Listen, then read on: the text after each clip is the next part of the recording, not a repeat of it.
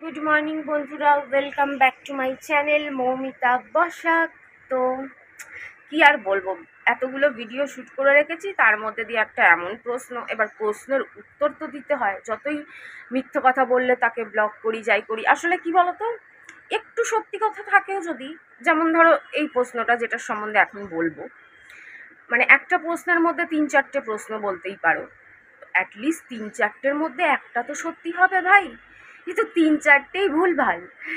যেরকম আমি বলি যে অনেক বাধ্য হয়ে হয়তো বলতে হয় কিছু কথা, ঘুরিয়ে ফিরিয়ে বলতে হয়, বা একটু ভুল বলতে হয়, বা একটু জামা কাপড় পরিয়ে বলতে হয়, এরকম হয়।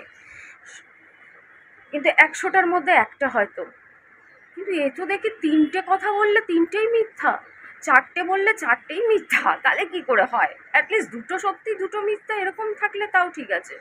আমি যেহেতু বলে ফেলেছি, কমিটমেন্ট করে ফেলেছি, আগে একটু ছ্যাবলামি করতাম, সিরিয়াস ছিলাম না, চ্যানেল ডিলিট করে ফেলেছি, কিন্তু এখন না চেষ্টা করি যদি তোমাদের কোনো কথা দেই, রাখার চেষ্টা করি। ভগবান তো না যে একদম অক্ষরে অক্ষরে কথা দিলে অক্ষরে অক্ষরে পালন করতে পারবো, মানুষ তো।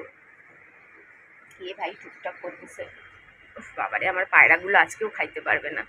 তো যাই হোক, তো কি বলতেছিলাম, ও হ্যাঁ, মানুষ তো, হয়ে যায় ভুল ভ্রান্তি, অনেক সময় অনেক কথা দিয়ে কিন্তু হয়ে ওঠে না, চেষ্টা করি, হয়ে ওঠে না, হয়তো রাখতে পারি না কোনো কারণে।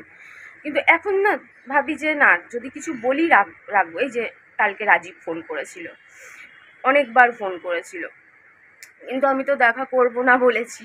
চেষ্টা তো চালিয়ে যেতে হবে রে বাবা, লাস্ট মুহূর্ত অবধি চেষ্টা চালিয়ে যাব 100% দিয়ে, তারপরে দেখা যাবে, যেহেতু আমি কথা দিয়ে ফেলেছি তোমাদের সামনে। তো সেরকমই এটাও কথা দিয়েছি, মিথ্যে কথা বললে তাকে আমি রাখবো না। তার যেরকম মিথ্যে কথা বলতে ট্যাক্স লাগে না, পয়সা লাগে না, আমারও ব্লক করতে পয়সা লাগে না। একটু সত্যি কথা বললে ঠিক আছে, তাও মানিয়ে নেওয়া যায়, একটু সত্যি একটু মিথ্যে কথা। তো সে কি কইছে, কি তোমার সময় যেই জিনিসটা 10 টাকা ছিল এখন নাকি 100 টাকা হয়ে গেছে। দেখো, মাংস যেরকম চিকেন মাসে মাসে বেড়ে যায় দাম, কখনো 180 থাকে। বুনোর বাবা আমরা তো প্রচুর বেশি চিকেন খাই, তাই আমরা এই ব্যাপারটা জানি। আর আমাকে যারা জানে তারাও জানে আমরা প্রচুর চিকেন খাই, সপ্তাহে এক সময় এরকম হয় সপ্তাহে 3-4 দিনই চিকেন খাই। তো কখনো 180, তো কখনো বুনোর বাবা গিয়ে বলে আরে বাপরে আজকে 250। মানে কদিনের মধ্যে 70 টাকা, 80 টাকা, 60 টাকা বেড়ে যায়। তো ওই জিনিসগুলো বাদে নর্মাল যে জিনিসগুলো, ওগুলো মোটেই 10 টাকারটা 100 টাকা হয়ে যায়নি। তুমি ভুল করে তোমার মা, কাকিমা, ঠাকুমা, দিদিমার কথা বলে ফেলেছো। কেন আমার সময় মানে কি, জন্মের পরের কথা তো আর তুমি বলনি। কেন তুমি এখানে সোশ্যাল মিডিয়া দেখছো, কমেন্ট করছো, এত গুছিয়ে মিথ্যে কথা লিখছো, তোমার বয়স নিশ্চয়ই 10 বছর নয়, নিশ্চয়ই 18। সোশ্যাল মিডিয়ায় কমেন্ট করছো, এত গুছিয়ে লিখছো, নিশ্চয়ই 18 পার হয়ে গেছে। তো আজ থেকে 18 বছর আগের জিনিসের সাথেও এখনকার জিনিসের অনেক অনেক ফারাক হয়ে গেছে।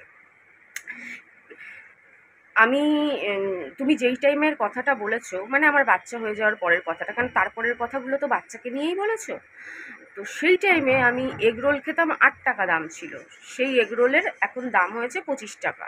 কেন, আমি নর্মাল দোকান থেকে খেতাম, আমি নর্মালের দোকানের দাম বলবো, আমি তো আর আমিনিয়ার হোটেলের দাম বলবো না, গ্র্যান্ড হোটেলের রোলের দামও বলবো না, জানি না রোল পাওয়া যায় কিনা, তো অন্য কোনো হাইফাই হোটেলেরও বলবো না। আমি রাস্তার ফুটপাতের যে দোকানগুলো হয়, যে রোলের দোকান, সেখান থেকে 8 টাকা দামের খেতাম।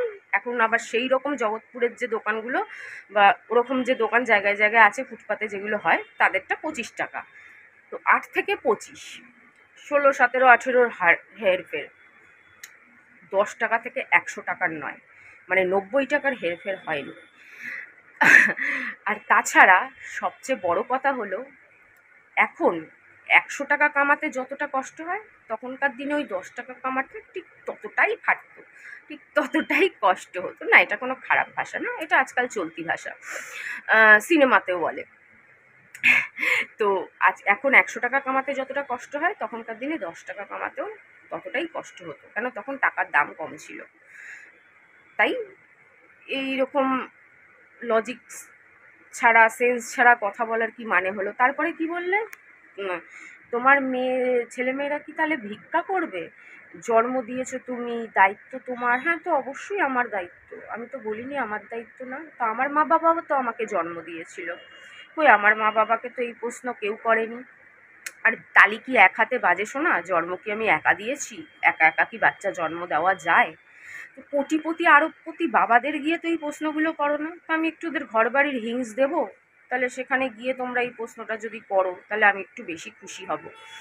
কেন, তোমরা তো শুধু মেয়ে ছেলেদেরই দেখতে পারো, মানে সমস্ত কিছু মেয়ে ছেলেদের। আর বাবারা যায় কোটিপতি হোক লাখপতি হোক, তারা 1 টাকা না দিলেও চলবে, কিন্তু মা জন্ম দিয়েছে মানে শুধু মাই জন্ম দিয়েছে, সব কিছু মাই একা করেছে, তাই সব কিছু মায়ের একার। তো ভিক্ষার কথা তো সে অন্যরকম কথার পৃষ্ঠে কথা উঠেছিল, সেটা অঙ্কিতাকে বলেছিলাম। তো যতই মারা বাচ্চাদের জন্ম দিক, বিবাহিত বাচ্চার দায়িত্ব আর মারা নেয় না? হ্যাঁ, নেবে না কেন? যাদের প্রচুর আছে, লাখ লাখ টাকার মালিক, তারা বিয়ের পরেও মেয়ের যদি অবস্থা ভালো না থাকে তাহলে দায়িত্ব নেয়, কেন নেবে না? অনেককে দেখেছি, আমারও অনেকটা কিছুটা এক টাইমে করেনি, আবার এক টাইমে কিছুটা করেছেও হেল্প। একদম যে কোনোদিনই আমার ঠাকুমা পিসিওরা আমার হেল্প করেনি তা তো আমি বলিনি, একটা টাইমে করেনি, কয়েকটা বছর ওদের মাথায় কোন ভূত আসলে, কপালের লেখন হয়তো যে আমার সাথে এগুলো হবে, তার জন্যই ওদের মাথায় হয়তো ভূত চেপেছিল। সেই টাইমে কাকা বেঁচে ছিল, কাকা ঘরের মানে আদরের ছিল, তার জন্য হয়তো কিছুটা খারাপ ব্যবহার আমার সাথে করেছে। পরে যখন কাকা মারা গেছিল তখন আমি আদরের ছিলাম একমাত্র, তখন আর আদর দেখানোর কেউ ছিল না, তখন আবার আমায় একটু বেশি টেক কেয়ার করেছে। তো হতেই পারে, অনেক রকম কারণ থাকতে পারে। তো যাই হোক, প্রচুর পয়সা যেসব মা বাবার আছে তারা বিয়ে পরেও ছেলে, কিন্তু সাধারণত হাজার হাজার লক্ষ লক্ষ মানুষ আছে দেখেছি আমি, যে বিয়ের পরে মা বাবারা যায় হয়তো পুজোতে মেয়ের জন্য একটা শাড়ি নিয়ে যায়, বা বছরে একদিন যায় একটু মিষ্টি নিয়ে যায়, ছেলে মেয়ের বাড়িতে বসে জামাইয়ের পয়সা খেয়ে দে থাকে, 2-4 দিন থাকে, চলে আসে, আর এর চেয়ে বেশি কিছুই করতে পারে না। এরকম হাজার হাজার মা বাবা রয়েছে, তাহলে কি তারা মা বাবা নয়? এরকম জগৎপুরে কত দেখেছি, আমাদের বাড়িতে আমাদের পাড়ায় কত দেখেছি, যে মা বাবা পুজোর সময় একবার এলো, মিষ্টি নিয়ে এলো, হয়তো 2-1টা জামা কাপড় নিয়ে এলো, ব্যাস। এর চেয়ে বেশি বিয়ের পরে আর মা বাবার থেকে কেউ কিছুই পায় না। এরকম ইউটিউবেই কত আছে, ইউটিউবে যে যত মেয়েরা বিয়ের পরে বই, বলো তো তোমরাই বলো, যত মেয়েরা ইউটিউব করছো বা ইউটিউব দেখছো বিয়ের পরে তোমাদের খরচা কি তোমাদের মা বাবা চালাচ্ছে বিয়ের পরেও?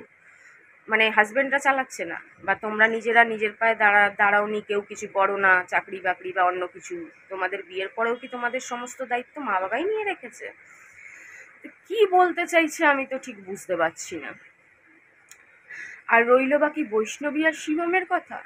বৈষ্ণবী শিবমের কে ভিক্ষা করতে বলেছে? কবে ভিক্ষা করতে বললাম? আর কবেই বা ওরা ভিক্ষা করলো, বা ওদের ভিক্ষা করার নবত এলো কখন? আমি তো সেটাও বুঝতে পারছি না, যে মানে বলছেটা কি। ভগবান না করুক যদি সেরকম কোনোদিন দিন আসে, তখন দেখা যাবে, তখন দেখো আমি কি করি।